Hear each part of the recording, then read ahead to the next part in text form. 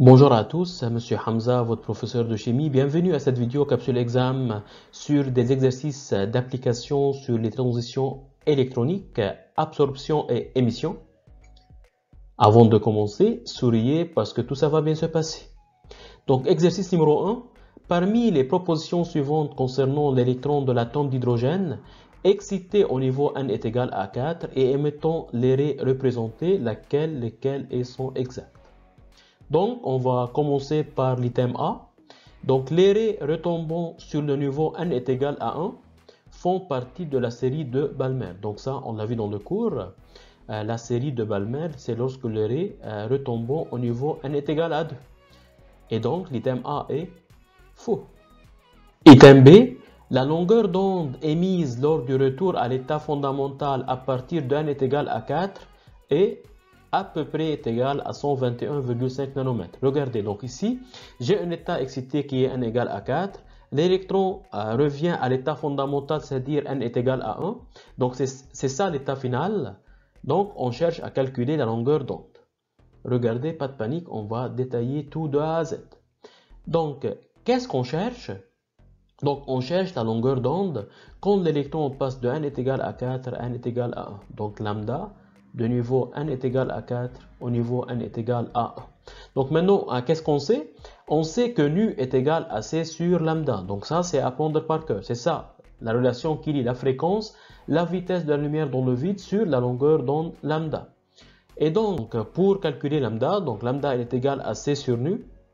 Je vous rappelle que C, on le connaît très bien, c'est à apprendre par cœur. Elle est égale à 3 fois 10 à la puissance 8 mètres par seconde. Donc, il nous manque nu. Comment on peut calculer un nu? Donc, pour calculer nu, on sait très bien que la valeur absolue de delta E, elle est égale à H nu. Donc, un nu dans ce cas-là, elle est égale à quoi? Elle est égale à delta E sur H. Donc, pour la constante de Planck, on sait très bien qu'elle est égale à 6,625 fois 10 à la puissance moins 34. Donc, il nous manque delta E. Comment on peut calculer delta E? Pas de panique.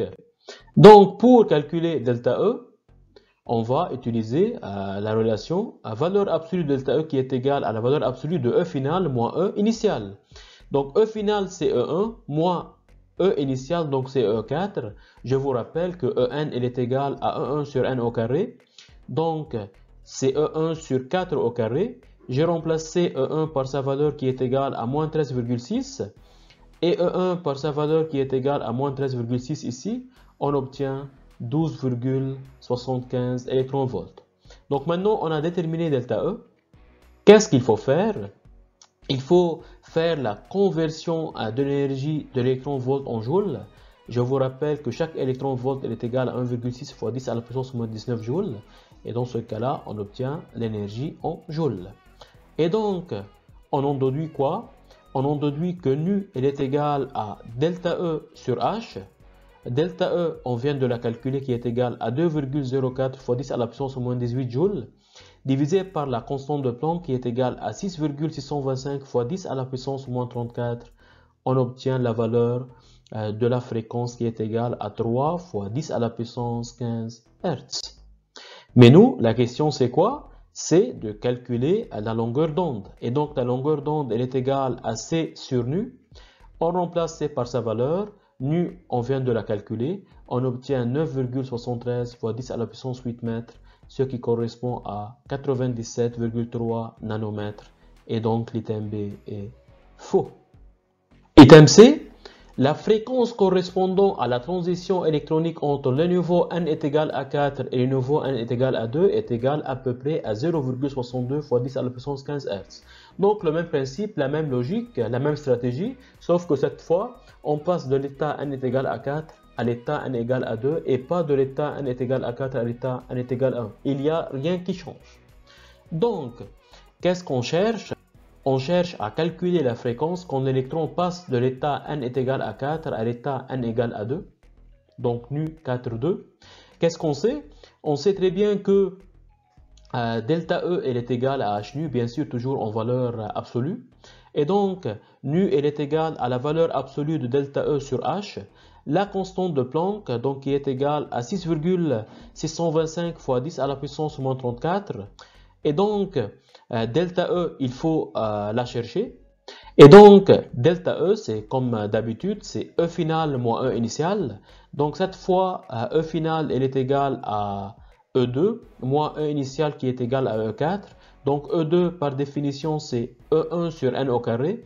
Donc, c'est E1 sur 2 au carré moins E4 qui est égal à E1 sur 4 au carré. Donc, on fait un petit calcul mathématique. Et dans ce cas-là, on obtient 2,55 électronvolts. Et maintenant, qu'est-ce qu'il faut faire? Il faut faire la conversion d'électron-volt en joules.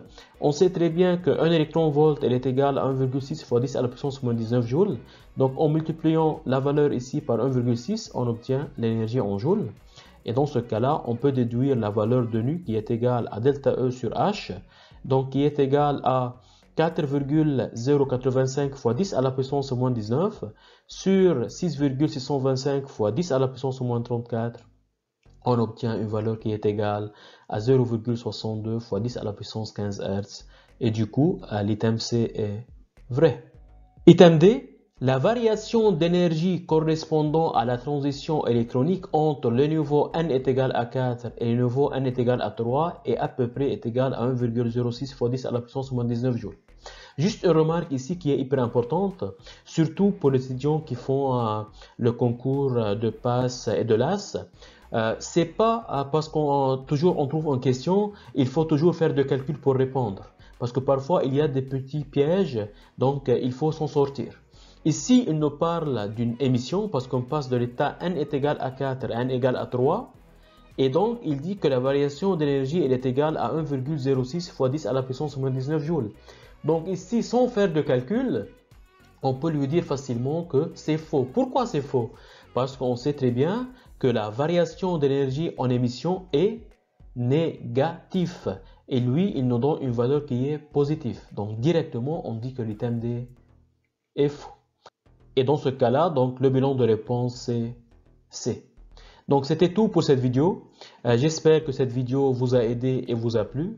Merci de me laisser un petit commentaire et un pouce dans l'air pour nous supporter. Et n'oubliez pas de vous abonner à votre chaîne YouTube Coursup donnée par votre professeur Hamza pour ne pas louper les vidéos prochaines. Et surtout, croyez en vous parce que je crois en vous. On lâche rien, on croise les doigts. Ciao, à la prochaine.